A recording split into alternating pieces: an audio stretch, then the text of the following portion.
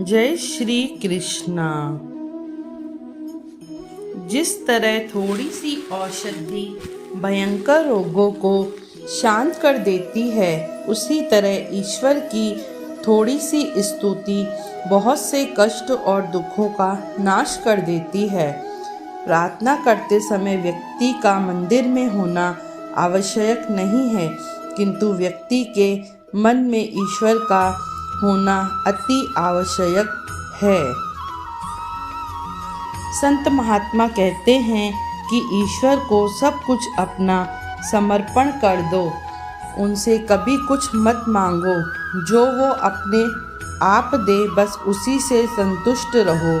फिर देखो उसकी लीला वारे के न्यारे हो जाएंगे। जीवन में धन के साथ संतुष्टि का होना भी बहुत ज़रूरी है। एक बार की बात है, किसी देश का राजा अपनी प्रजा का हालचाल पूछने के लिए गाँवों में घूम रहा था।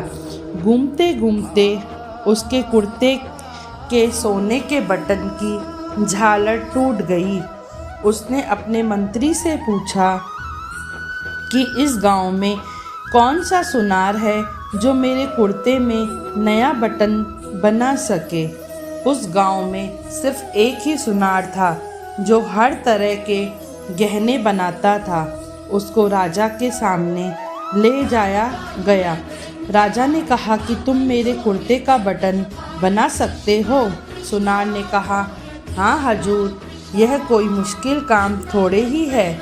उसने कुर्ते का दूसरा बटन देखकर नया बटन बना दिया और राजा के कुर्ते में फिट कर दिया। राजा ने खुश होकर सुनार से पूछा कि कितने पैसे दूं। सुनार ने कहा, महाराज रहने दो, छोटा सा काम था। उसने मन में सोचा कि राजा का सोने का बटन है, उसने तो सिर्फ मजदूरी ही मांगी है और राजा से क्या मजदूरी लेनी। राजा ने फिर से सुनार को कहा, नहीं नहीं, बोलो कितने दूं।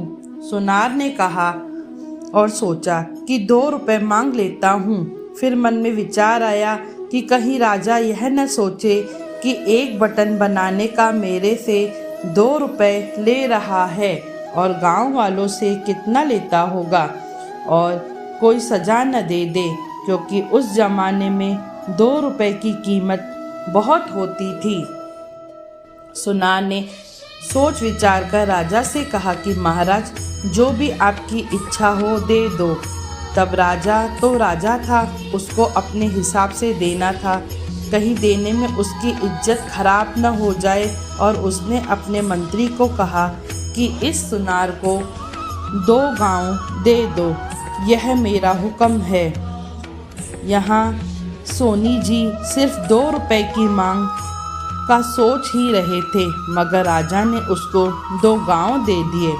इसी तरह जब हम प्रभु पर सब कुछ छोड़ते हैं तो वह अपने हिसाब से देता है, और मांगते हैं तो सिर्फ मांगने में कमी कर जाते हैं।